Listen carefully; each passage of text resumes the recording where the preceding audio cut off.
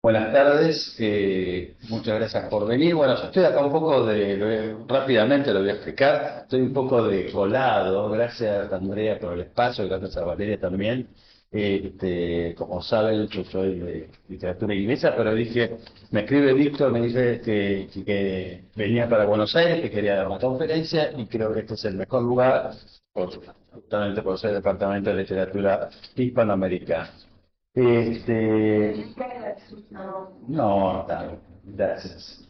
Bueno, con Víctor nos conocemos hace unos años y cuando me dijo, dije, bueno, fantástico que pueda hablar con ustedes siendo uno de los grandes poetas, en este momento, uno de los grandes poetas hispanoamericanos vivos y que tiene una extensísima producción, extensísima carrera como, no solamente como poeta, sino también como académico. Lo voy a presentar muy brevemente. Víctor Rodríguez Núñez es poeta, ensayista, traductor, periodista y catedrático. Ha publicado 18 libros de poesía, casi todos premiados y reeditados, siendo los más recientes Despegue, Premio Fundación Loewe 2016, El cuaderno de la rata almizclera 2017, Enseguida o La gota de sangre en el nivel 2018, La luna según Masao Vicente 2021 y Errática 2023. Han aparecido libros o antologías de su obra en 12 países de lengua española, en traducción al alemán, árabe, bengalí, chino, coreano, francés, hebreo, inglés, italiano, macedonio, neerlandés, portugués, serbio, sueco, turco y vietnamita.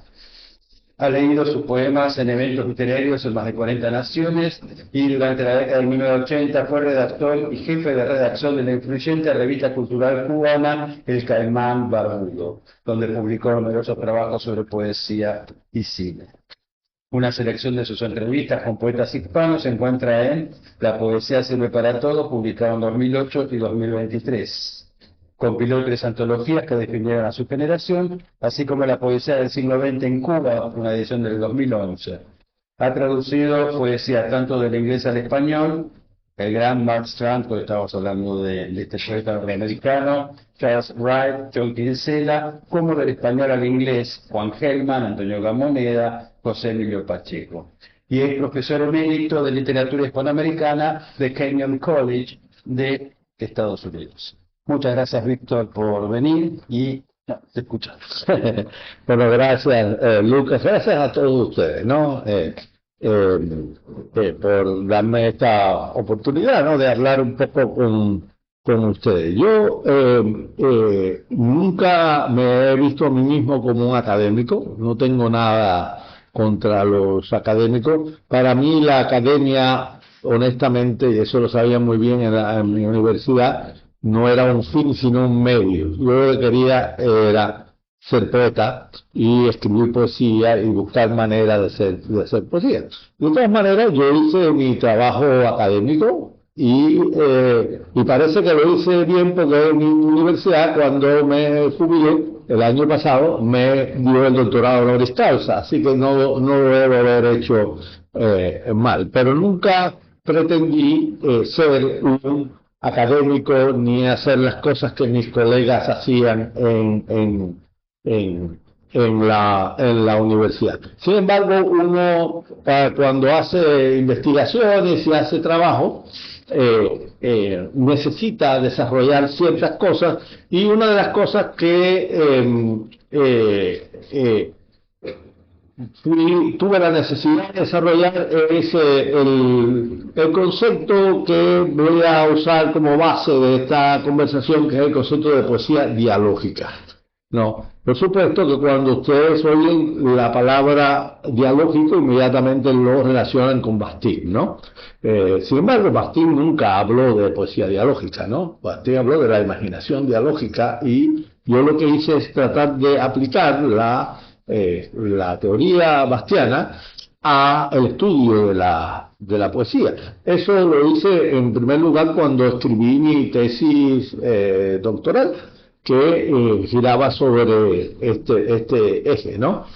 Y yo quiero aquí hoy un poco hablarles de lo que de la poesía dialógica lo que entiendo por poesía dialógica y darles una especie de breve, sintética descripción de cómo esa poesía se manifiesta en Cuba, según mi opinión, y después leer algunos poemas de poetas cubanos que creo yo que son un ejemplo de lo que es la poesía dialógica, ¿no? Este libro, la antología de la poesía del siglo XX en Cuba, publicada por Visor, es una serie que publicó Visor a principios de, más o menos, creo que en torno al 2010, este salió en el 2011, claro, y usé, donde creo que expliqué mejor el término, lo traté de explicar mejor el término en el prólogo de este libro. Voy a leerles un fragmento del prólogo donde hablo del término poesía dialógica. Leo, ¿no? Al comentar un libro titulado Con figura de gente y en uso de razón, publicado en 1968, del poeta cubano Francisco de Orá, Cintio Vitier, que es el más importante crítico de poesía de Cuba, destacaba en particular la ruptura del solipsismo, cuyo contexto es, cito a Vitier, el mercado, la usura, el lucro, y que consiste, sobre todo, según Vitier, en estar separado de sí de los otros. Eso es el solipsismo, según Vitier.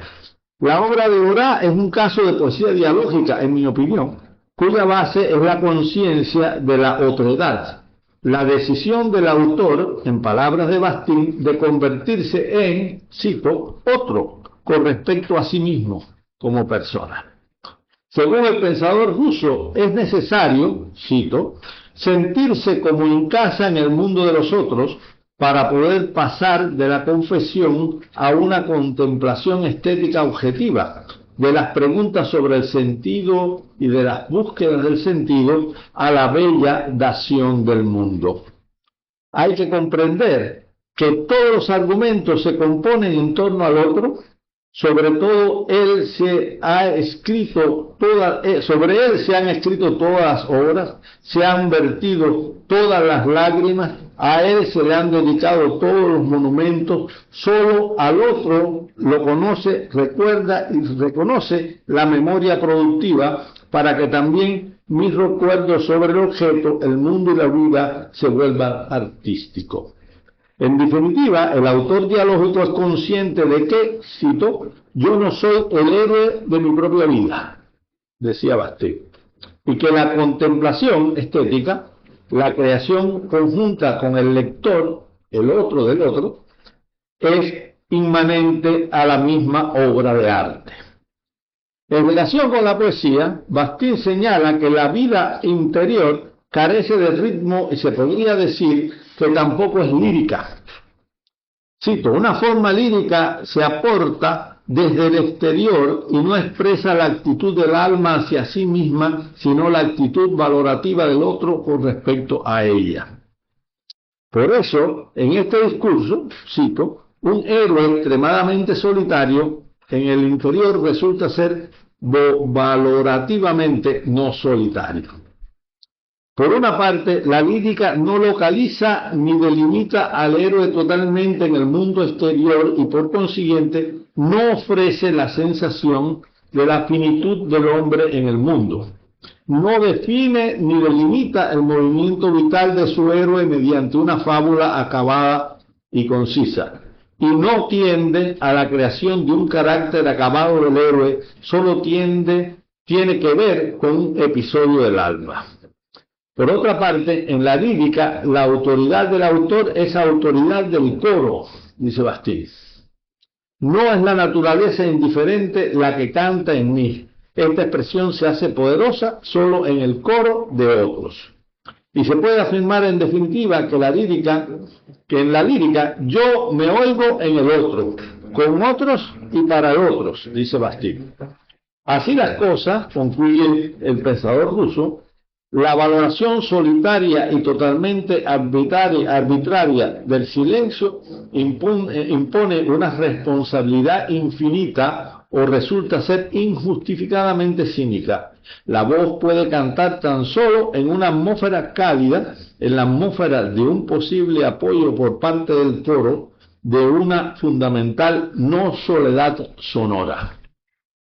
Esas son las ideas de Bastiat, a veces bastante oscuras, a veces bastante rusas en su formulación.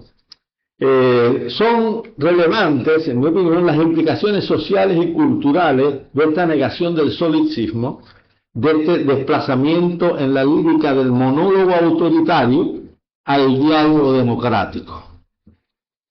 Al respecto, Raymond Williams enseña que el surgimiento de las nociones de individualidad, en el sentido moderno, puede relacionarse con la ruptura del orden social, económico y religioso medieval.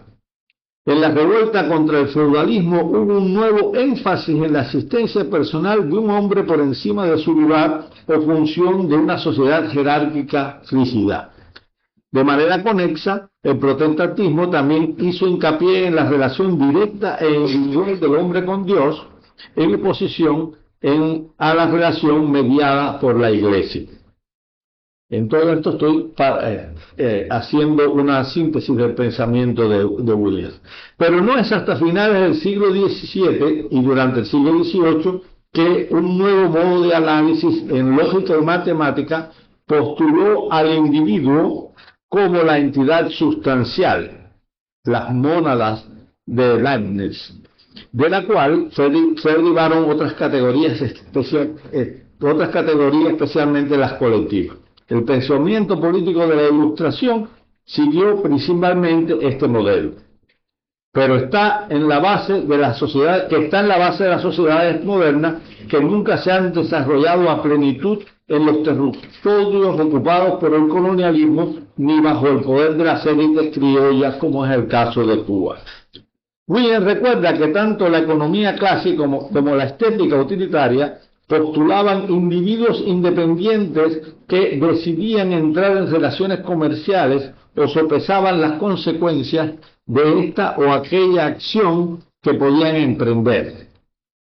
Pero también en el siglo XIX comenzó la crítica del individualismo, que se expresó más cabalmente en Marx, quien atacaba la oposición de las categorías abstractas individuo y sociedad y sostenía que el individuo es una creación social surgida en relaciones y determinado por ellas.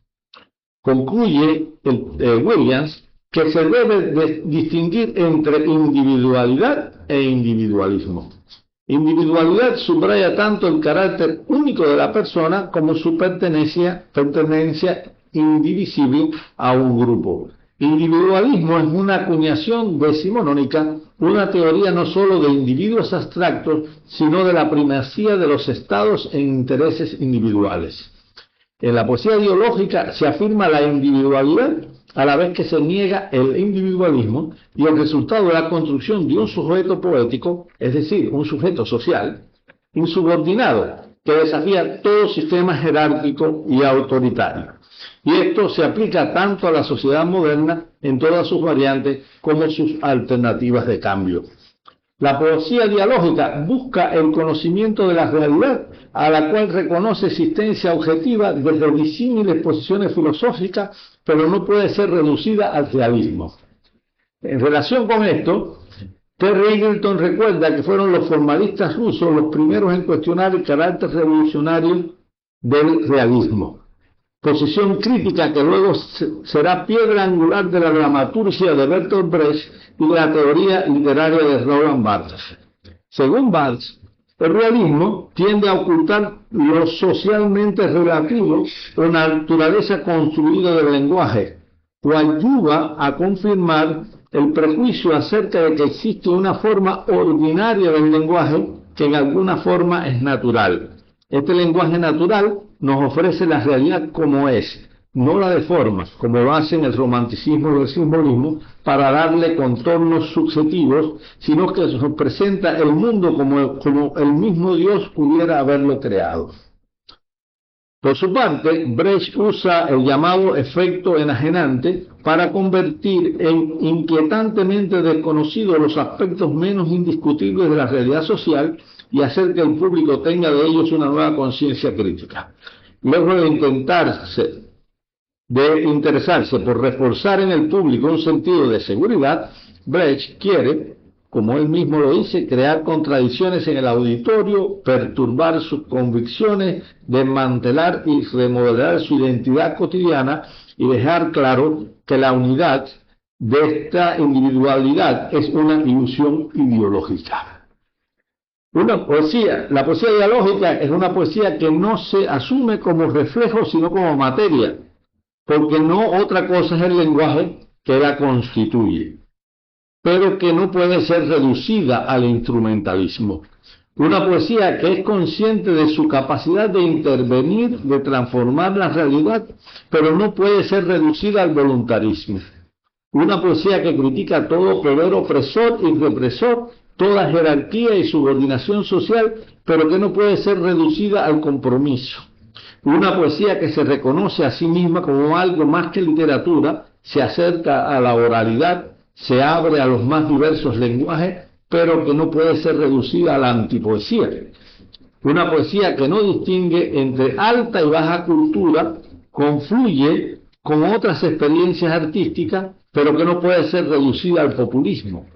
Una poesía que busca la descolonización en su contenido y en su forma, pero que no puede ser reducida al nacionalismo. Una poesía que persigue la comunicación por medio de un lector activo que participa como el mismo autor en la creación del texto, pero que no puede ser reducida al didactismo. Una poesía diversa que recurre a estilos incluso contrapuestos al prosaísmo y la densidad antropológica, pero que no puede ser reducida al coloquialismo. Disculpen un poco como diríamos en Cuba, la muela teórica, pero era importante dejar sentado esto, porque los conceptos que más se han utilizado para explicar, por ejemplo, el proceso de la poesía cubana en la segunda mitad del siglo XX, que lo que más me interesa es el coloquialismo, conversacionalismo, y esas categorías realmente no sirven para nada. Tampoco sirve para nada, por ejemplo, la categoría de neobarroco, que para explicar ese proceso. Yo quería buscar una categoría donde yo pudiera buscar dentro de esos tipos de poesía qué hay en común y qué es lo que realmente vale la pena destacar en la poesía cubana. Si tienen alguna pregunta, algo de lo que yo he dicho hasta ahora. Sí, pero Después, claro, bien. Entonces vamos a hablar un poco del proceso de la poesía cubana. A mí me ha interesado mucho tratar he hecho varias antologías de la poesía cubana, algunas las hice porque quise y otras porque me las pidieron, y ya casi se me ha convertido en una obligación. Y yo siempre he tratado en todas las antologías que he hecho en que no fuera una construcción de la nación cubana más, porque una de las cosas que más una de las ideologías más perniciosas, más criminales que puedan existir es el nacionalismo, ¿no? Y entonces yo no quiero, en mi opinión, no hay nada que se pueda llamar nación cubana, y yo posiblemente no haya tampoco la nación argentina. Entonces son invenciones, ficciones ideológicas, ¿no? Y por tanto yo incluso si vamos a la obra de José Martí, que es supuestamente el constructor de la nación cubana, Martí no es un nacionalista. Martí no es absolutamente nada nacionalista. Como político, Martí no profesaba el nacionalismo porque creía que el establecimiento de un Estado-nación no iba a resolver los enormes problemas sociales y culturales de Cuba a finales del siglo XIX. ¿No? Por otra parte, bueno, esto no viene al caso. Vamos a movernos un poco más rápido, ¿no? La República de Cuba se constituye en 1902, ¿no? Fue una de la última de las repúblicas latinoamericanas, ¿no? Desde la República de Cuba resultó un fiasco económico, social, político y moral. Convirtió la isla en una neocolonia de Estados Unidos. Dio lugar a una economía deformada y dependiente del vecino del norte. Una sociedad oprimida y reprimida por las élites locales. Una independencia y democracia ficticia y una burocracia y corrupción generalizada. La poesía deviene entonces, como desde sus primeras manifestaciones hace 6.000 años, un instrumento fundamental de resistencia. El verso se opone a lo adverso en todas sus manifestaciones. En las primeras 2 décadas de vida republicana, esta resistencia tuvo como adalid principal a Regino E. Botti, quien optó por la contemplación, que es en última instancia activa intervención en la realidad, y basó su poética en la capacidad de representación de la imagen. Hay otras, por supuesto, esa resistencia se realiza de otras maneras, no menos legítimas. El desencanto irónico de José Zacarías Talet, quien con su vanguardismo abre la lírica a zonas más amplias de la realidad y del lenguaje, o de la obra de Dulce María Loynaz, que construye un sujeto poético que reta la norma patriarcal y cuestiona la marginación de las mujeres en el Estado-nación cubano, entre otros logros, ¿no? La poesía cubana va documentando una reacción a ese Estado-nación cubano que no va a favorecer a sectores sociales tan importantes como pueden ser las mujeres, y incluso antes de que surgiera el Estado-nación en Cuba, Julián del Casal había cuestionado la exclusión de los intelectuales, por ejemplo, del proceso de independencia. Julián del Casal trabajaba era explotado y tenía que trabajar como una bestia en un periódico cuyo dueño era uno de los grandes independentistas cubanos. Y Julián del Casal publicó la mayor parte de su obra en periódicos y revistas anarquistas, porque hay una relación entre decadentismo y anarquismo que no se ha estudiado. Seguramente saben que en la casa de Mallarmé, se brindaba cada vez que un anarquista ponía una bomba en un café en París, ¿no? Y todos esos poetas supuestamente borrachos y drogadictos que se eran anarquistas radicales, ¿no? Y o le llamaríamos terroristas, ¿no? O por lo menos Clarín le llamaría terrorista, ¿verdad? Bien, entonces una de las revistas fundamentales cubanas de principios de las primeras décadas del siglo XX es la revista de Avance, que se publica entre 1927 y 1930, ¿no? Ahí en la revista de Avance aparece un nuevo tipo de poesía. Yo rescato mucho, no rescato, sino que valoro mucho la obra de Regino Botti. Por Regino Botti, por ejemplo, no existiría Nicolás Guillén sin Regino Botti. Regino Botti es quien publica Nicolás Guillén. Regino Botti era un afrocubano, ¿no? Y su poesía es muy importante en el sentido de rescatar la imagen como aspecto fundamental de la poesía, de defender la identidad de la poesía, ¿no? Hay varios poetas vinculados con la revista de Avance que son muy importantes, como Mariano Brull, Eugenio Florit y Emilio Vallagas. Casi seguramente muchos de esos nombres no le dicen nada a ustedes. Emilio Vallagas es uno de los más grandes poetas cubanos y no hay casi ninguna edición, no debe haber ninguna edición de la poesía de Vallagas en Argentina. Creo que el único país donde han publicado una antología es en España, y una editorial pequeña. Nadie lo conoce siendo un extraordinario poeta, ¿no? Lo que hicieron Brull, Florit y Vallagas, sobre todo la defensa de la especificidad y la autonomía de la poesía como modo de pensamiento. Conmueve su lúcida negativa a poner la creación poética al servicio de la ideología. Las ideologías, sin excepción, naturalizan lo artificial. Y la crítica cumple la función inversa, cuestiona todo lo que damos por sentado. No eran poetas evadidos de su realidad, como diría un crítico tradicional.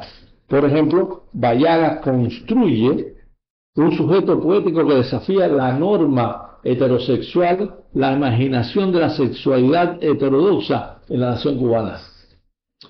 Las últimas vertientes, aquí entra la obra de Nicolás Guillén, un poeta que yo cuando era joven odiaba, pero que cada día admiro más y lo tengo que reconocer públicamente, que representa la subjetividad y el lenguaje de los afrocubanos, otro sector excluido del proyecto de la nación cubana, ¿no?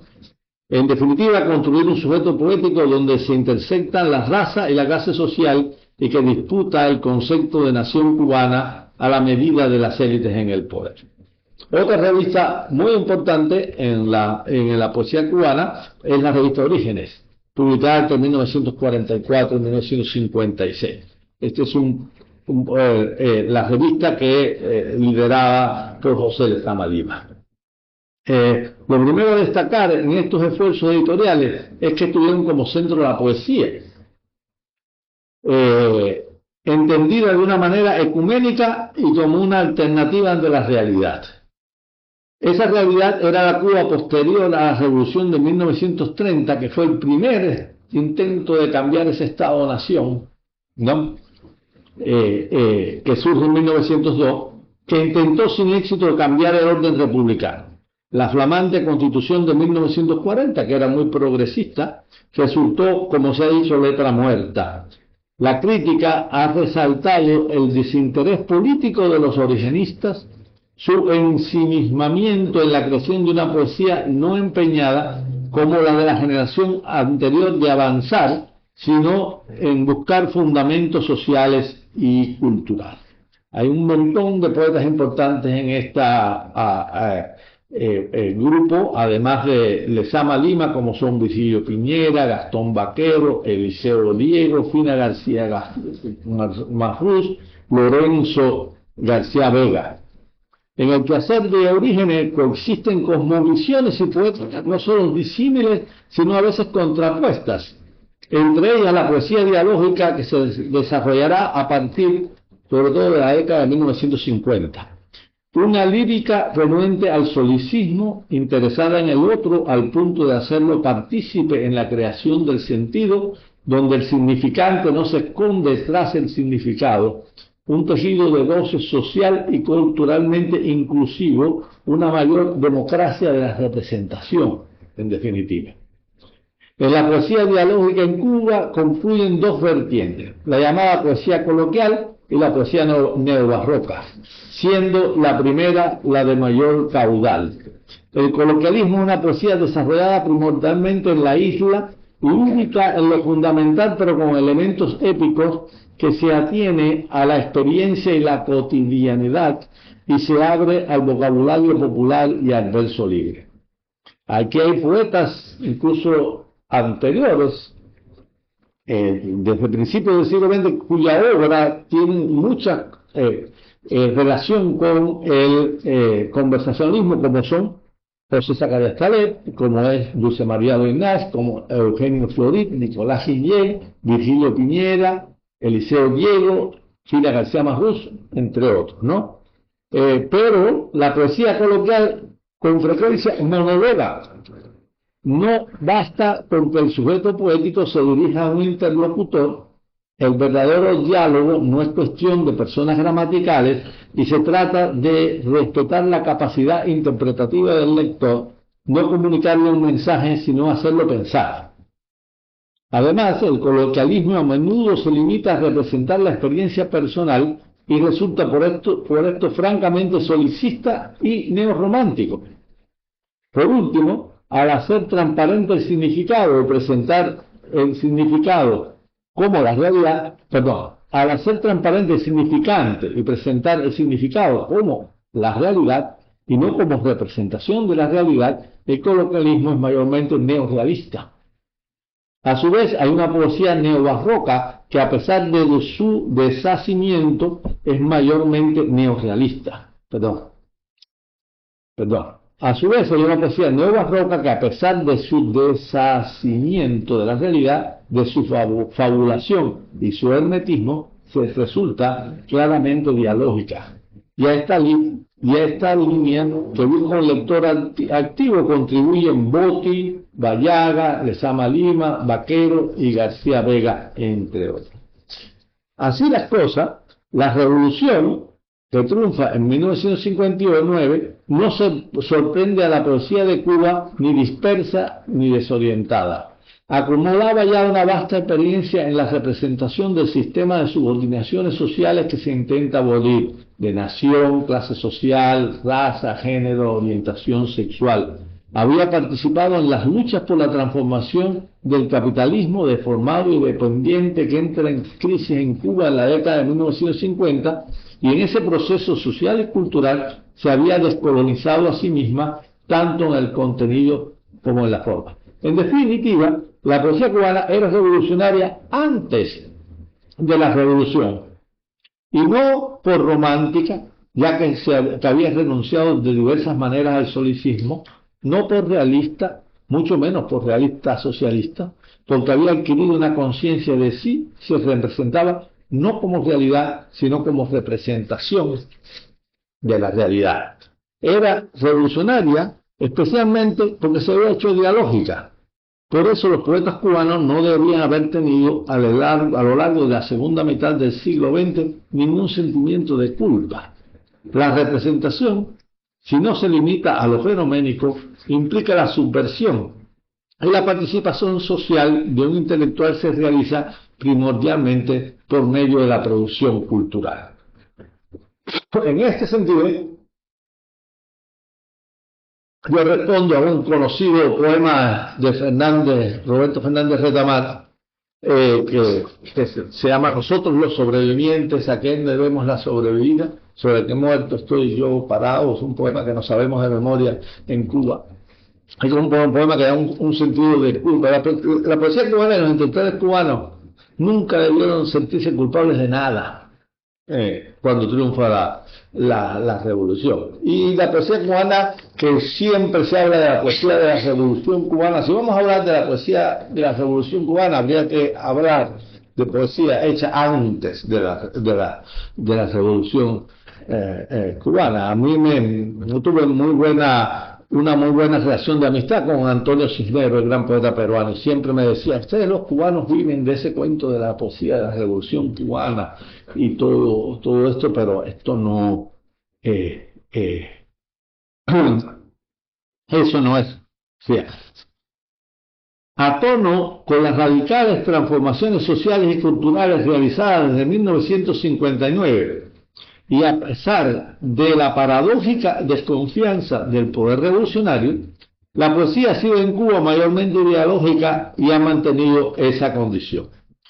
Si en teoría un proceso de descolonización como el que se lleva adelante en Cuba alienta una poesía dialógica, en la práctica lo ha limitado severamente y ha faltado un entendimiento efectivo entre dirigentes políticos e intelectuales, y la participación de estos últimos se ha limitado a la cultura.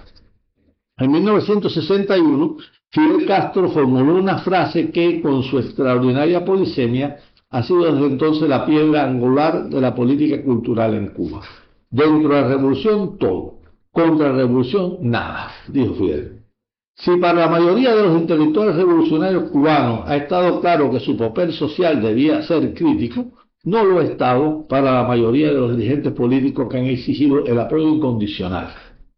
Y a partir de 1968 se produjo una nefasta ofensiva contra la intervención crítica del intelectual, con ápice en el primer Congreso Nacional de Educación y Cultura y el llamado Caso Padilla, ambos de 1971, y que solo amainó en la década de 1980 con el fracaso del intento de implantar el realismo socialista a la soviética como doctrina cultural oficial en Cuba. Aplicar el realismo socialista a la medida soviética en Cuba era un acto de colonialismo cultural. Porque entre otras cosas, desde Mariátegui para acá, lo que se ha tratado en América Latina es de descolonizar al marxismo, que también es una ideología europea, ¿no? Y una eurocéntrica. Entonces eso es una negación, una de las contradicciones fundamentales de la Revolución cubana. El primer momento de la lírica en la Revolución, que se extiende entre 1959 y 1971, se caracterizó por un acercamiento casi unánime a la realidad, incluida la esfera política, y que tenía por objeto en última instancia la transformación social. Se desplegó una nueva conciencia de la relación del poeta con el mundo, basada en una cosmovisión materialista y dialéctica. Se realizó una crítica radical sobre todo del pasado y se testimonió los conflictos del propio sujeto poético al transformarse. Se abre entonces un periodo de auge para la poesía cubana, donde participan poetas mayores, vanguardistas y originistas, pero donde sobresalen los jóvenes que optan por el coloquialismo y otras variantes de la poesía dialógica. Es en esencia una lírica participativa, como lo pusieron en claro los editores de la primera antología de esa poesía, que se llama Poesía Joven de Cuba, publicada en 1959, cuyos editores fueron Roberto Fernández Retamar y Fayad Hamish, que no se limitaba a hablar de la revolución y se proponían al mismo tiempo la diversidad y la ruptura. Es obra principalmente de los integrantes de la llamada generación del 50, que habían publicado sus primeros textos antes de la revolución, como Carilda Oliver Labra, Fayad Hamish, Fernández Retamar y Berto Padilla. Con su quehacer el coloquialismo se convierte, en el mayor de los casos, en poesía dialógica plena. Otra vuelta de tuerca de la poesía dialógica en Cuba es llevada a cabo por los poetas que se agrupan en torno a las ediciones del Puente, 1961-1965, a quienes se les considera la avanzada de la primera generación de la revolución y donde se destaca Nancy Morejón. La crítica ha vertido una conciencia en ese grupo sobre su transitoriedad, su vuelta a la contemplación y la intimidad, y sobre todo su defensa de la poesía ante los embates de la ideología. Aquí es ya notable la presencia de poetas originarios de clases populares, mujeres, afrocubanos y LGBT. Este origen social contrasta con la segunda promoción de esa generación, la de la revista El Caimán Barbudo, convertida desde 1966 en la voz cantante de la nueva poesía cubana, que era mayormente masculina, blanca y heterosexual. Estos últimos poetas van a presentarse en el primer número de la mencionada publicación cultural con el polémico manifiesto Nos Pronunciamos, que creo, en mi opinión, es un manifiesto de poesía dialógica que desborda el coloquialismo, la antipoesía y el prosaísmo, y entre ellos sobresale Luis Rogelio Nogueras. Por entonces empieza a manifestarse la poesía de la diáspora cubana, una de las más dramáticas consecuencias sociales de la revolución, que tiene expresión notable en la obra de José Coser, cuyo espléndido neobarroco suele ser dialógico. Pero el desarrollo en Cuba de toda suerte de poesía dialógica es abortado desde 1968 y con mayor encono a partir de 1971, con la ofensiva del poder revolucionario contra la intervención crítica de los intelectuales en la esfera pública. La nueva norma poética, un realismo socialista a duras penas tropicalizado, resulta una imposición artificial y sin una verdadera tradición en las letras de la isla. Por una parte, se silencia la mayoría de las principales voces de la poesía dialógica de la época, tanto de la generación establecida como de la emergente, y en su lugar se promueve una poesía a la revolución de asalariados dóciles del pensamiento oficial, para usar la famosa frase de Che Guevara. Se renuncia no solo a la voluntad crítica, sino también a la audacia formal, y se enfatiza una claridad que en última instancia presupone un lector pasivo. En teoría y práctica, se trata de una rotunda negación de los postulados estéticos de Ernesto Che Guevara en el socialismo y el hombre en Cuba. En esencia, se estimula una poesía monológica en su contenido y en su forma. Un falso coloquialismo que incluso tenía como propósito eliminar del discurso poético el prosaísmo y otros arrojos de esa poética.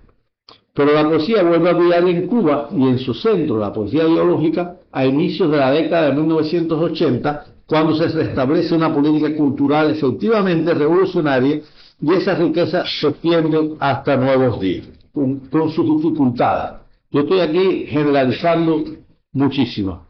Se desarrolla entonces una nueva poética que se acerca al quehacer de Orígenes, pero que tiene su propia condición, ya que esta nueva fabulación de la realidad no está relacionada con la frustración histórica, sino con la vuelta que propicia la revolución a los temas ontológicos, la imaginación y el símbolo. Se incorpora una nueva promoción de poetas, en su mayoría de origen popular, donde tienen lugar destacado las mujeres y los afrocubanos, caracterizados por su inconformidad ante el dogmatismo ideológico, las contradicciones del sistema y que alza la voz contra las insuficiencias del presente. Los poetas que en este momento rompen con el realismo socialista, pero a la vez se niegan al solicismo, hallan en el coloquialismo el punto de partida para el desarrollo de su obra. Reconocen que esta lírica era política, moral y estéticamente legítima. Por eso proceden a su apropiación crítica, a la negación de la negación, a enfatizar la continuidad sobre la ruptura, como se evidencia en la muestra Usted es la culpable, una antología que hice yo. Entre estos autores de esta poesía más ética que política, más polisémica que directa, más fragmentaria que coherente y que requiere de un lector activo, se destacan Raúl Hernández Nová, Soleida Ríos, Reina María Rodríguez y Ángel Escobar, entre otros. A fines de la década de 1980, la poesía cubana se enriquece con el advenimiento de otra nueva promoción que se representa en la antología Retrato de Grupo, 1989. Sin duda estamos ante un replanteo de la poesía y sus relaciones con la sociedad y la ideología basado en el rechazo del coloquialismo, una insatisfacción profunda con la obra de la revolución y el abandono extendido de la visión dialéctico-materialista del mundo. En lo social se opta abiertamente por la marginalidad y la dispersión, aunque no se llega a abogar por el retorno al capitalismo y sus instituciones políticas. En lo ideológico hay una vuelta al idealismo y la metafísica, una vuelta a la religiosidad, una desconfianza del socialismo. Esto explica por qué la llamada generación del 80 recibió una inusitada atención internacional, que su obra fuera exaltada por los opositores de la revolución. En lo poético, no hay en la obra del grupo una vertiente dominante, sino una diversidad de modos de expresión que incluye la lírica dialógica.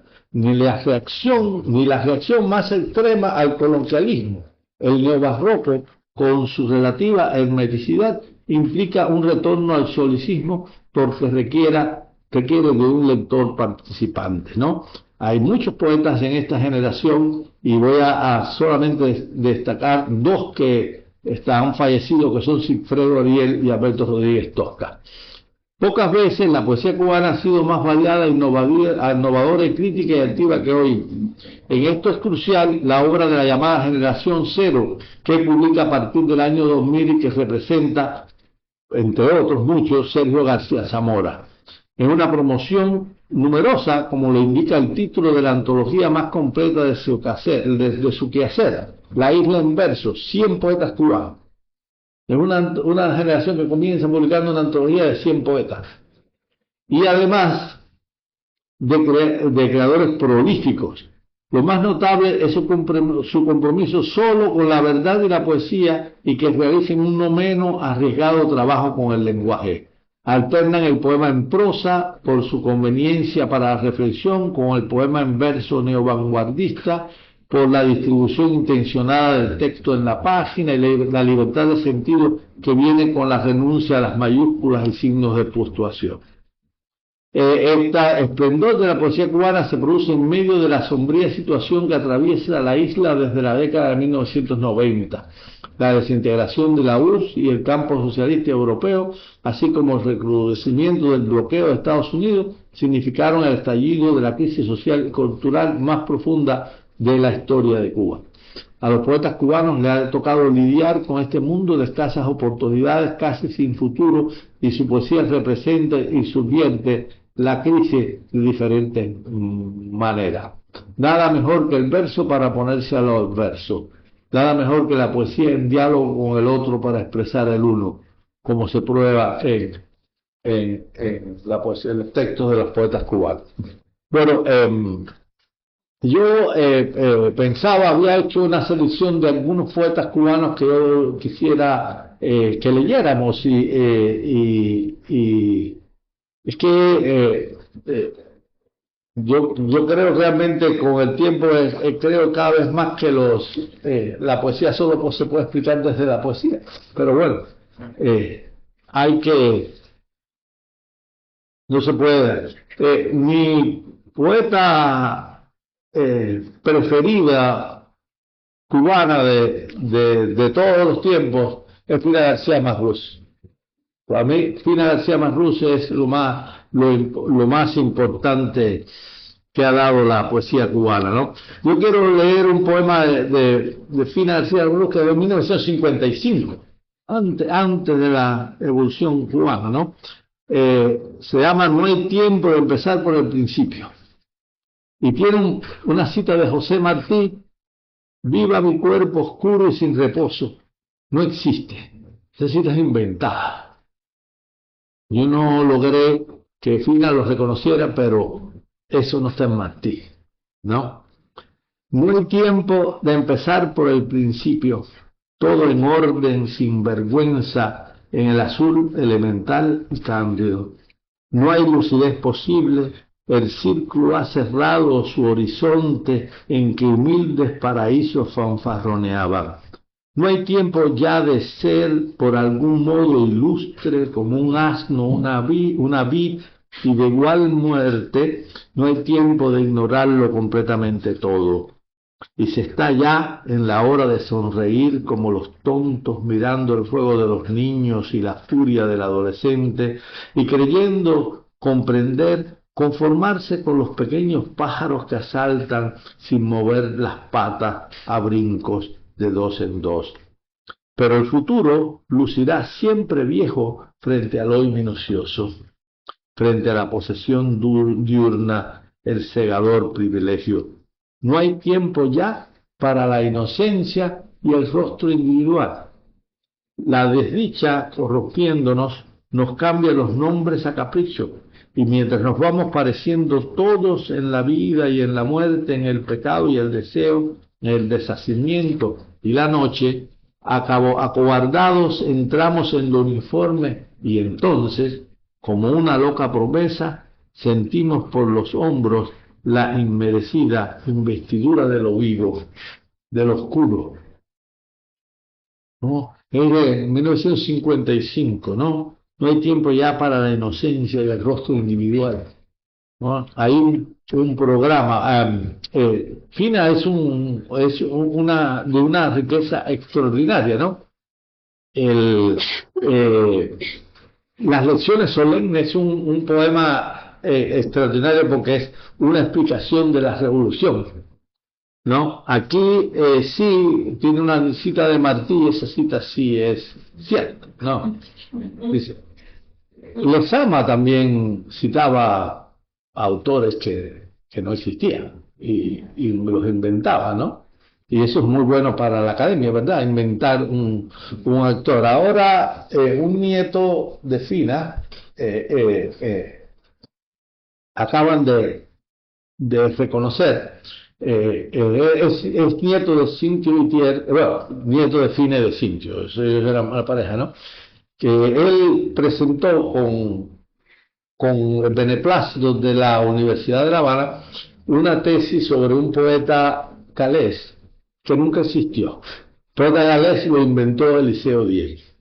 y inventó los textos en inglés del poeta galés, y él escribió su tesis de licenciatura sobre un poeta inventado y falso, ¿no? Y eso es, bueno. claro. Bueno, aquí está el poema de Fine. Yo pienso que estamos así a terminar, ¿no? Dice Martí, discurso de Martí en honor a Bolívar. Dice, aquel que fue como el samán de las llanuras en la pompa y generosidad, y como los ríos que caen atormentados de las cumbres, y como los peñascos que vienen ardiendo con luz y fragor de las entrañas de la tierra. Martí. No en los libros de retórica, revolución que yo encuentro, no es en los libros de retórica, revolución que yo encuentro las imágenes que podrían explicarte, sino acercándome a la formación de las corrientes, al fuego que brota de las entrañas de la tierra, esparciendo calor y vapor y luz, al mar que roe los límites de la tierra, arrastrando cuanto se encuentra a su paso para formar después islas y continentes nuevos. Es en las nociones elementales de cualquier libro de física, de cualquier vieja geografía para uso de los niños, donde se aprende cómo el espíritu y la tierra tienen un aire de familia. No es en los viejos tropos ni en las figuras de la elocución donde se ve que el corazón se relaciona con fuego del centro, el héroe con la estrellada noche, el sufrimiento con la piedra y la revolución con las corrientes poderosas de las aguas que saltan entre peñascos como entre obstáculos puntiagudos que sólo alcanzan a ser su corriente más impetuosa. Así como la luz de una bujía de lejos parece inmóvil, sin que siempre se advierta su oscilación roja o naranja, o como el peso del mar sobre el que retosa burbujeando la espuma hacia la cima, o como el latido del corazón en el pecho tranquilo, la vida bulle silenciosa en lo secreto. Con otro movimiento, como un poeta desconocido por la ciudad a que canta, su movimiento no es el que reconocen las multitudes, no es el astro que rota, ni el cuerpo que se levanta o cae, sino más bien es semejante a las ondas de la luz, a las invisibles ondas del sonido, infinitesimalmente gozosa. Vibra todo como cuerda pulsada de laúd, y no se enterarán los rotativos. Todo latido es secreto. No sé qué quieran hacer. Puedo leer más poemas, puedo contestar preguntas. He dicho todo esto un poco atropelladamente, pero bueno. Creo que podemos pasar a preguntas, me parece, ¿no les parece? Dale. Y después que lea un poema de él. Total. A ver, pregunta. Si tienes respuestas, mejor, ¿no?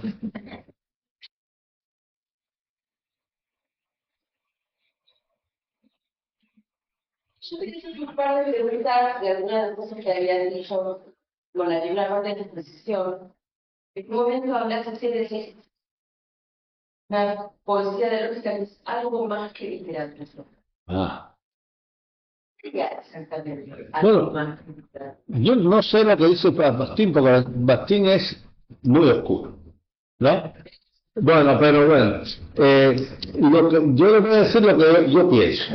Lo que yo pienso es que una cosa es la poesía y otra cosa es la literatura. Y yo pienso que con la peor de todas las definiciones posibles de la poesía es que es un género literario, porque la literatura es un invento del final del siglo XVII, principio del siglo XVIII. Si le hubieras preguntado a Shakespeare en inglés o a Cervantes en español que estudian literatura, le dicen, ¿qué es eso? Porque ni siquiera existía la palabra, ¿no? Entonces la literatura es una invención, es parte del proyecto de la burguesía como clase social de construir su orden hegemónico, la clasificación de los conocimientos, etcétera. Entonces crean algo que se llama literatura y que nunca hemos podido entender lo que es. O sea, no se puede reducir la poesía a la literatura, porque la poesía es no solamente anterior a la literatura, es anterior a la escritura, ¿no? Es fundamentalmente oral. Y un arte oral. Y es un arte que incluso los más sofisticados mecanismos poéticos, como puede ser la rima, la métrica, etcétera, vienen de la oralidad, no vienen de la literalidad, por así decirlo. Es un arte antiguo que existe desde que existen seres humanos, ¿no? Y yo insisto mucho en esta relación a mí me parece que la relación entre verso y adverso es algo más que etimológica, algo más que el verso es una oposición a lo adverso. La poesía siempre es rítmica, dos cosas fundamentales en la poesía, el ritmo y la imagen, pensamiento por imágenes, y un pensamiento rítmico, memorable, que se pueda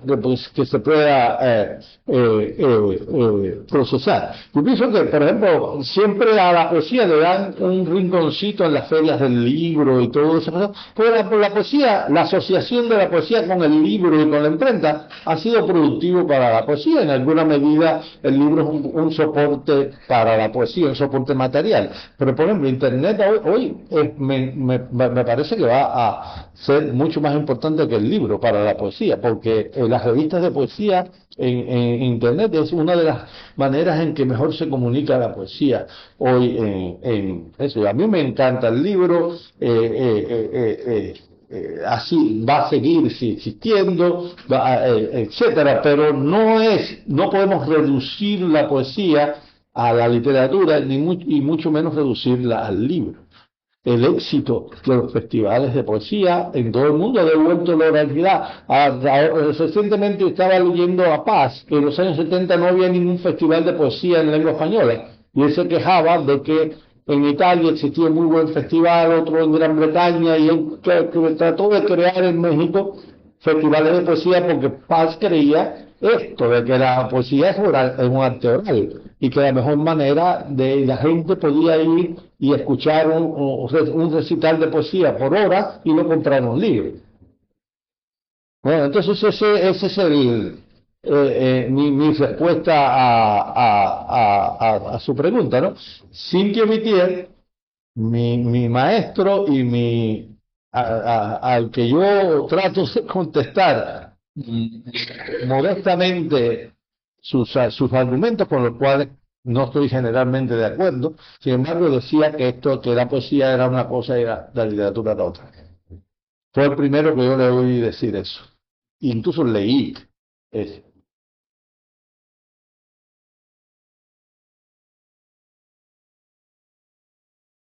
Valeria, la segunda. No, quiero hacerlo retomando lo que decías, me parece muy interesante, volviendo sobre la idea de la poesía dialógica, del lugar del lector en la poesía dialógica. Que es algo muy barroco también, ¿no? Porque el barroco mismo no es lo barroco. Un tipo de poesía que apuesta que el lector produzca el sentido. Claro. Pero además, nuestra figura del lector, en realidad, que estoy pensando, en voz alta, resuena la realidad de la poesía, porque la poesía original, que no es escrita, es público y es participación del público. Entonces, quizás nosotros poesía dialógica recupera justamente esa textura de la poesía preteraria, digamos, preescrituraria, que en realidad es una cosa de escena. Ya el participaba, había incluso acompañamiento de otras cosas, no se les decía, porque es un trabajo de poesía la transcripción colonial de la poesía principal, la bibliografía como tal. Eso es una lectura. Yo el concepto de poesía dialógica no es un nuevo tipo de poesía. Es el reconocimiento básicamente de las funciones fundamentales y específicas de la poesía como forma de pensamiento, porque eso es lo que es la poesía. La poesía es una manera de pensamiento, una forma de pensamiento, ¿no? Y lo que más me molesta en el orden de la poesía, del concepto de poesía revolucionaria, es ese concepto de que la poesía tiene que ser clara, entendida, porque que en definitiva es una falta de respeto del lector, de la capacidad del lector o del receptor de completar el sentido, ¿no? La poesía dialógica es esa línea de la poesía que sobre todas las cosas reconoce que el otro, ese lector, es parte de la producción del sentido, lo incorpora. Yo pienso que esa es la verdadera democratización de la poesía, es eso, darle la participación al lector como activo. Y eso ya no importa ya incluso qué tipo de poesía se hace, si hace poesía de la experiencia, o si hace poesía neobarroca, o si hace poesía de esto, lo otro. Tanto dentro de la poesía llamada coloquialista, que era la poesía que más auge tuvo en los primeros años de la Revolución Cubana, había muchísima poesía que no era poesía dialógica en ese sentido, pero ese lector activo es la condición fundamental. Esa es la otredad realmente que cuenta en la poesía, ¿no? Me hace acordar a lo de Jeffrey Hill que hablábamos hoy, de que el lenguaje complejo es el verdadero lenguaje democrático del texto poético. Claro. Y que el lenguaje simple es el lenguaje de las tiranías, o sea, muy interesante, perdón, ¿no? Sí. Me hiciste acordar, ya que se nombró Mallarmé, el Igitur de Mallarmé, que él propone que esas 5 o 6 escenas que componen el Igitur sean, digamos, ordenadas de acuerdo a la inteligencia del lector. Es decir, que él está proponiendo al lector que intervenga en la creación de su propio poema y está dispuesto, digamos, a que sea modificada ese orden con el que en principio fue escrito. Un poco esto es como se está comentando de establecer un diálogo, ¿no? Claro. El lector, de alguna manera un intercambio. Claro, que el lector tenga una voz. Claro. Y que tenga una intervención en esa creación, de alguna manera. Sí, es una poesía participativa, Claro. en ese sentido. No te deja. Y eso es lo verdaderamente revolucionario, ¿no? Claro. Que pueda tener en ver la poesía de esa forma, ¿no? A ver, Buenas tardes. buenas tardes. Yo quiero aprovechar para hacer una pregunta, Víctor. ¿Cómo piensas tú la presencia de, no se me ocurre otra manera de nombrar lo que es de lo cubano en la poesía de Fina? Quizás lo pienso ahora en contraposición a la idea que presentaste del concepto de Estado-Nación, o de la idea del Estado-Nación como una idea rígida del nacionalismo, ¿no? Pero sin embargo, yo noto en la poesía de Fina, incluso en la poesía de los miembros de Orígenes y extendiendo un poco más, en la de Dulce María también, la presencia de lo cubano. No tanto por el lado del patriotismo, sino por el lado de esa presencia de algo propio de la isla, ¿no? Eso querían, de alguna manera, entiendo yo, querían que estuviera vigente.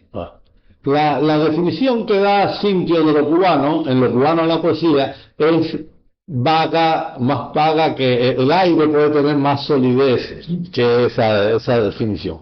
Porque lo que le interesaba a Cintia y a todos esos poetas era oponer a lo norteamericano. Lo cubano es como una categoría táctica, digamos, de oponerse a eso. Cuando empezaron en Cuba a quitar todos los antiguos cafés donde la gente se sentaba en las sillas y podía tomarse un café y estar toda la tarde, y pusieron las canchas, y pusieron al estilo norteamericano con zunos y vete, ¿no? Y entonces ese tipo de cosas, hubo una norteamericanización de Cuba, y ellos se opusieron, eso los puso en guardia. O sea, lo cubano no es exactamente un término nacionalista, puede parecerlo por tener la palabra Cuba, entonces, sino es un término, digamos, táctico, operativo de defensa cultural contra el neocolonialismo norteamericano. Eso es. Sí, exactamente, un esencialismo estratégico. Contra ese tipo de definición. Ellos tuvieron una fe tremenda en la Revolución del 30, y la Revolución del 30 se fue a Bolina, como dijo el famoso libro, y entonces ellos se quedaron ahí en esa Cuba de una frustración histórica tremenda. Mi madre, yo es de esa generación, y yo sabía muy bien cómo se sintieron toda esa gente, y toda esa gente se montó en el tren de la Revolución Cubana, también incluso pensando que era otra cosa. Hoy hablamos mucho de Virgilio Piñera como disidente, que sé yo. Virgilio Piñera era un comecandela, pero Virgilio Piñera acusaba a la gente en lunes de revolución por no ser revolucionario, ¿no? Y porque creía, porque además de eso Virgilio también hay problemas, hay cuestiones de clase. Virgilio Piñera venía no de la clase media. No, la poesía cubana, que aquí yo no lo menciono, desde finales del siglo XIX hasta principios del siglo XX, tiene dos características fundamentales. Uno es una poesía citadina, de la ciudad, y otro es una poesía de la clase media. Entonces eso, por ejemplo, mi generación, nosotros sufrimos muchísimo, porque cuando nosotros veníamos, yo vengo del campo.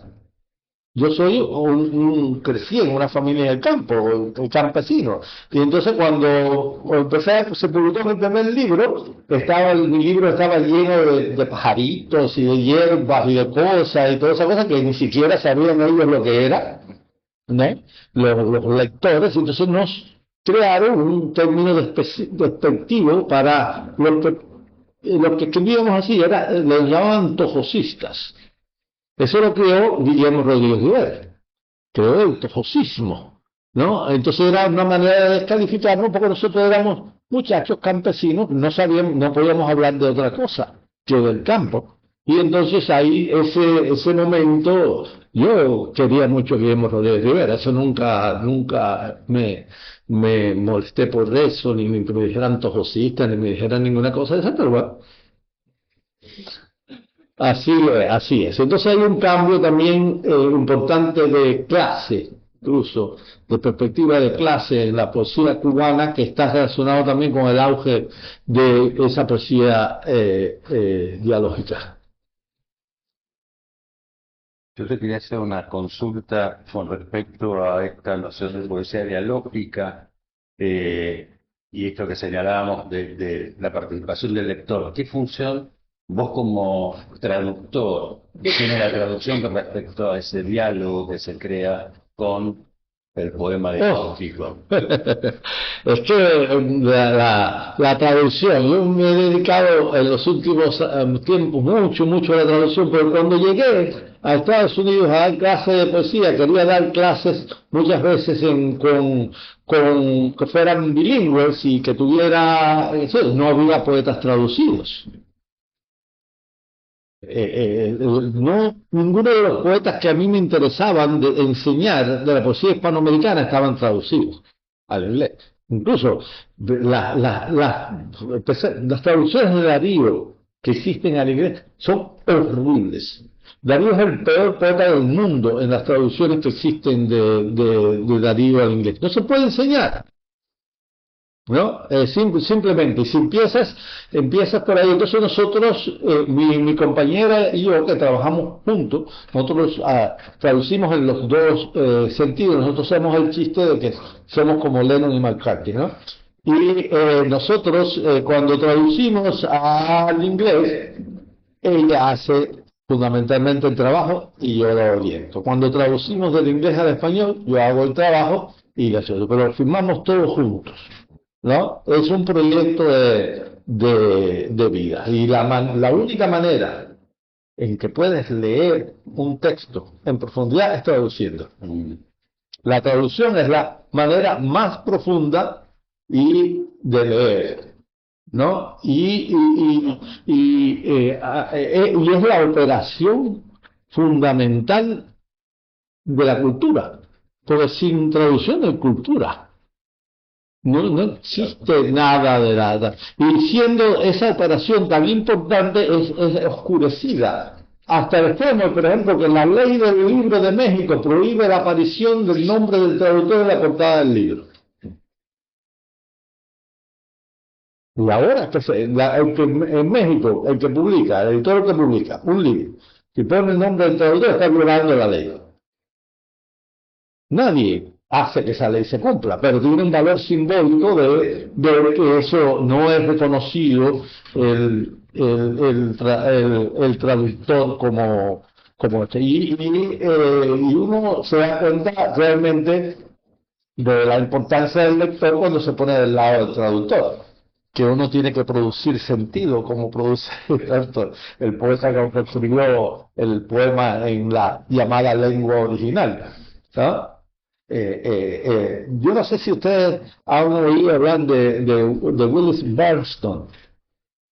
Willis Marston es un personaje muy importante y que María Kodama quiso desaparecerlo del mapa y lo logró en alguna medida porque Willis Marston tradujo como 15 libros de Borges y nada más que se murió Borges y a los 3 o 4 días las editoriales norteamericanas que habían publicado a Borges con todos sus libros se vieron que tenían que retirarlos del mercado porque María Kodama no quería que Willis Marston apareciera relacionado con Borges. Y Willis Marston vivió en esta ciudad como 10 años de su vida, única y exclusivamente para poder hablar con Borges todos los días.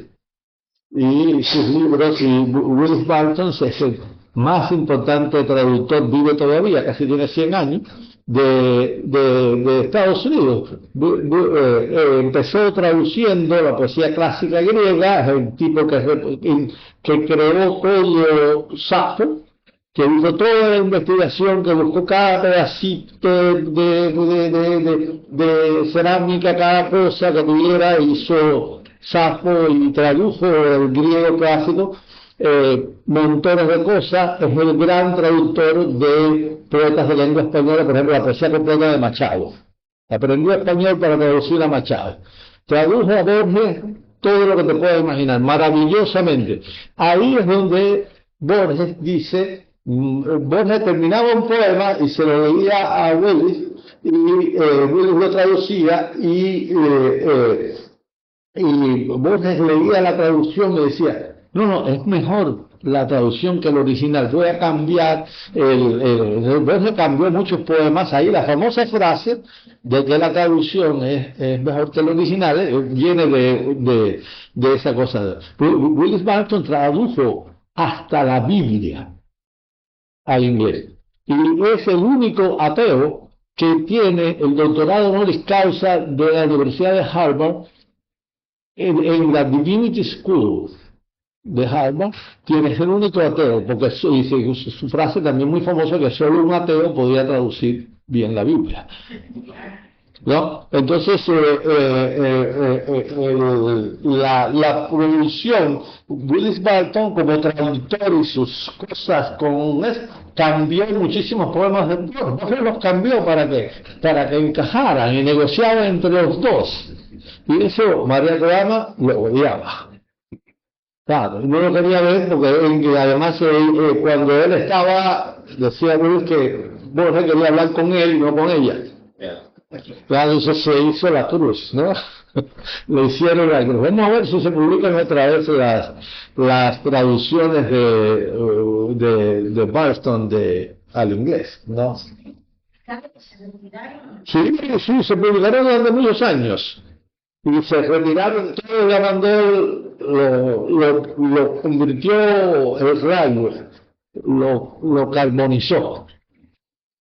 Nada. Bien. ¿Alguna otra pregunta? Sí, Víctor, Quería preguntarle, usted comentó cuando habló de la generación cero, dio el nombre de Sergio García Zamora, pero supongo que son muchos más. Son muchísimos. Mencionó, no recuerdo si en especial de él o de la generación que valoraba positivamente su trabajo en la pureza, o que suele la palabra pureza también. Y preguntará cómo definiría esa pureza en relación a la poesía o cómo se describe ese concepto de trabajo poético. Y si es solo de esa generación o si usted lo ve en otra generación. No, bueno, yo lo que me gusta mucho de esa generación es que creo que en sentido general entiende muy bien la cuestión de la poesía dialógica, sin que están muy claros en que la mayoría de ellos la poesía recibe de un lector activo, de un lector participante, y es una generación muy heterodoxa.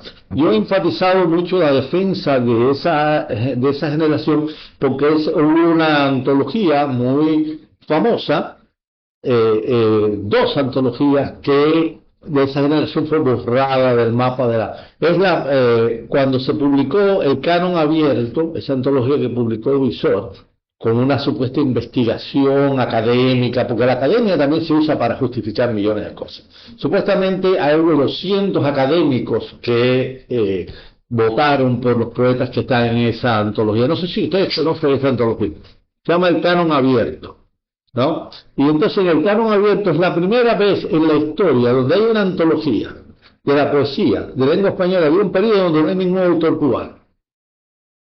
Esa generación la borraron del mapa. Y resulta que los cubanos son de los mejores de todos los poetas, que todos los poetas que están en el Canon Abierto, ¿no? Y entonces mi esposo y yo nos dedicamos a traducir, incluso empezamos publicando selecciones por aquí, por allá, en revistas, qué sé yo, y esa cosa, hasta que nos pidieron en Estados Unidos una editorial que querían hacer una antología de eso. Tradujimos una antología al inglés que fue muy exitosa, y después publicamos otra en Gran Bretaña también que la hicieron y la defendimos. Y es una cosa que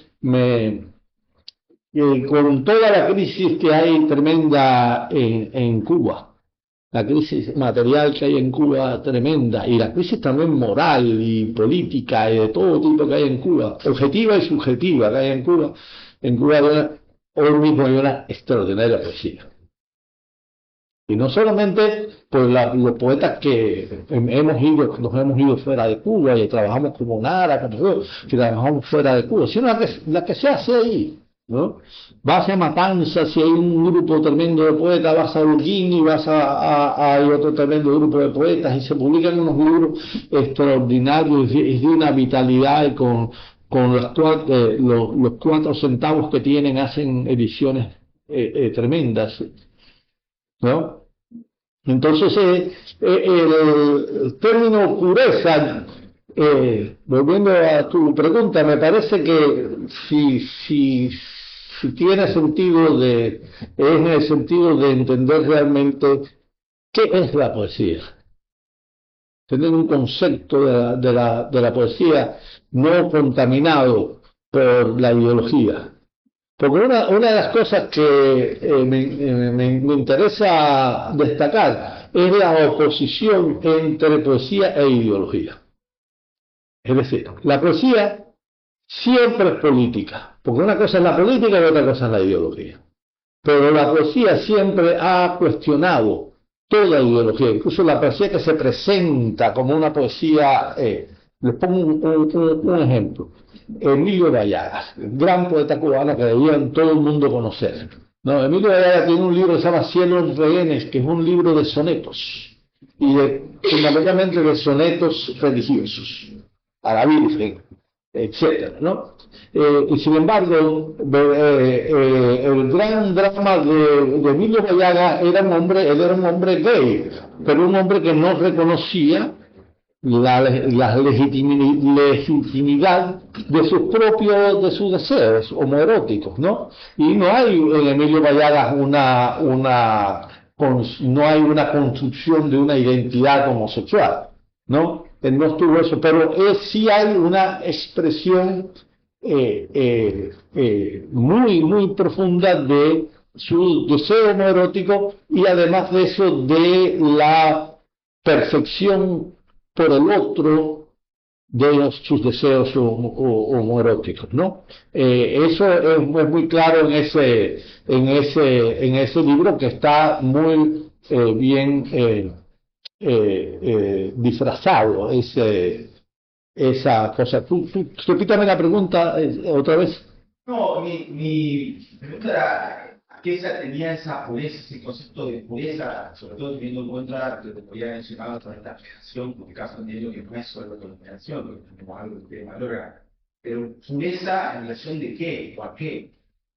¿Cómo define pureza en relación a la poesía? ¿Por qué una poesía es pura? De que eso es lo que no terminaba. Ahora, al comer un comentario sobre esa generación, entiendo que era al pasar, pero ahora preguntándole cómo lo define y por qué ahí me genera, no entiendo entiendo sí la definición de poema panfleto, ¿no? O sea, entiendo lo que sería panfleto, pero no me termina de quedar clara la diferencia entre ideología. ¿Por qué ideología se opone a...? Porque la ideología... Ahí donde...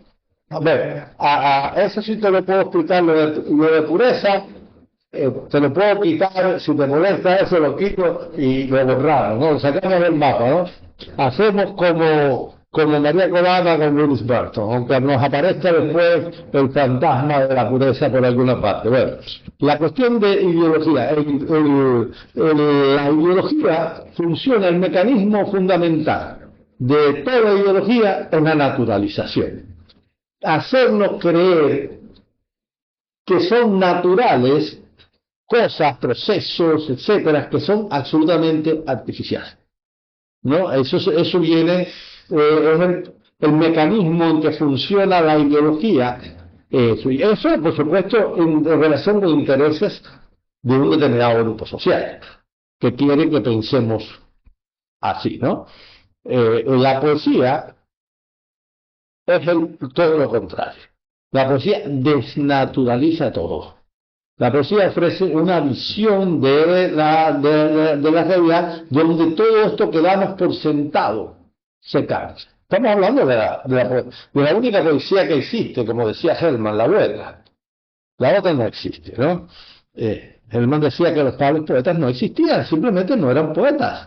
El mal poeta nunca ha existido. Que existía el poeta mediocre, que ese sí, que somos todos, porque los que tratamos de ser poetas y no podemos llegar, pero ahí estamos todos. Somos poetas mediocres, que quiere decir ahí que tenemos nuestras cositas, pero que no llegamos a donde llegaron Dante y toda su tropa, ¿no? Ese grupo, ¿no? Pero la poesía desnaturaliza, desfamiliariza, decían los formalistas rusos, la realidad, y ahí está el valor. Usted tenía el caso de Bayaga, con un libro que evidentemente está defendiendo la ideología católica, por una parte la está deconstruyendo, criticando, de que esa ideología que él supuestamente está defendiendo con esos sonetos es la que lo tiene a él oprimido como sujeto social, ¿no? Williams decía que hay tres ideologías en cada obra, ¿no? Una ideología descendente, una ideología ascendente y una ideología dominante. Dice que en cada obra uno debía buscar tres ideologías, por lo menos, como mínimo, ¿no? Entonces, esa dialéctica es la que yo quiero resaltar, con la oposición entre poesía e ideología, que la ideología le ha hecho mucho daño a la poesía, ¿no? Y cuando la poesía ha tratado de plegarse a una ideología, ha pasado lo peor que le puede pasar a la poesía, que es dejar de ser poesía.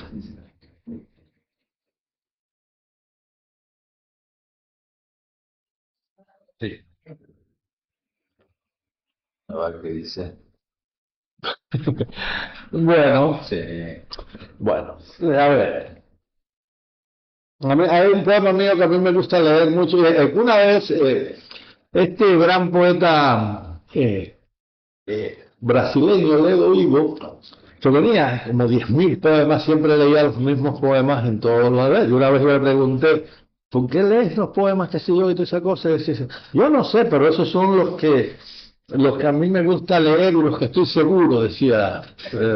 Yo no sé si estaré seguro o no de este poema, 138, pero es un poema que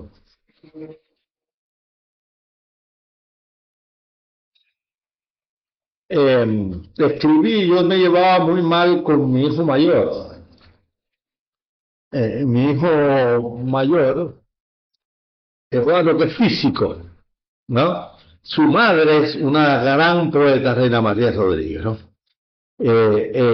Eduardo, físico, en oposición a todo el pensamiento que había en su casa, que teníamos su madre y yo y todos los que pasaban por ahí, todo eso se hizo físico, ¿no?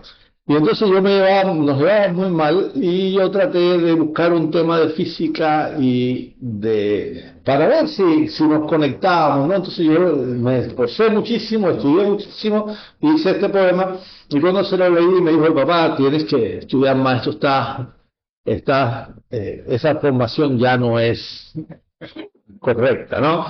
Y yo se lo creí, claro, y el poema estaba dedicado a él, y le quité la dedicatoria, y se lo dediqué a un poeta chileno que quiero mucho y que le gustaba mucho el poema desde el principio, ¿no? Jesús Sepúlveda, ¿no? Entonces, una vez, hace como 6 años, algo así, o 7 años, tuve una aventura en la Universidad de Princeton, ¿no? Y en la aventura, al final de la aventura, hay un viejito muy flaquito y muy frágil que se acerca a mí y me dice, ¿te puedo dar un abrazo? Y le digo, claro. Entonces me abrazaron y dice, mira, todo lo que dices en el poema sobre el neutrino es cierto. Tu hijo está absolutamente equivocado. Y dile que quien te dijo eso es la persona que recibió el premio Nobel de Física por descubrir un neutrino.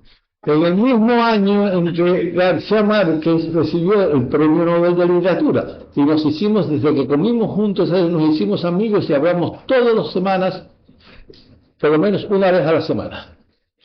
Y entonces mi hijo me pidió a mí que nunca más dijera ese cuento, pero yo lo digo en todas partes. Bueno, elogio del neutrino. Te celebro porque en el mundo nadie es más pequeño que tú y sin embargo atraviesas galaxias, nebulosas, estrellas sin reaccionar con nadie. Porque aún siendo luz puedes moverte muchísimo más lento que la luz o descansar inmóvil corrigiendo la teoría de un universo caliente. Porque gracias a ti el pasado fue solo plasma recalentado y no cenizas. La densidad del plasma era de millones de toneladas por centímetro cúbico.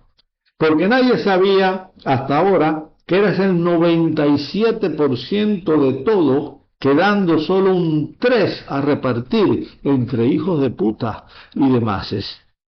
Porque gracias a ti nadie se aleja ya de nadie y todo tiende a unirse y no importa que sea en una llama dura, en un punto radiante. Pues celebro porque eres la esencia del espasmo, materia de ternura y ese poco de nada con que mi tía dora sus natillas. Gracias a Dios no es infinito el mundo, como el verso está hecho de sílabas que es posible contar.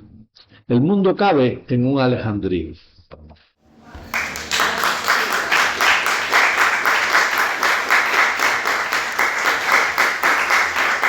Muchas gracias.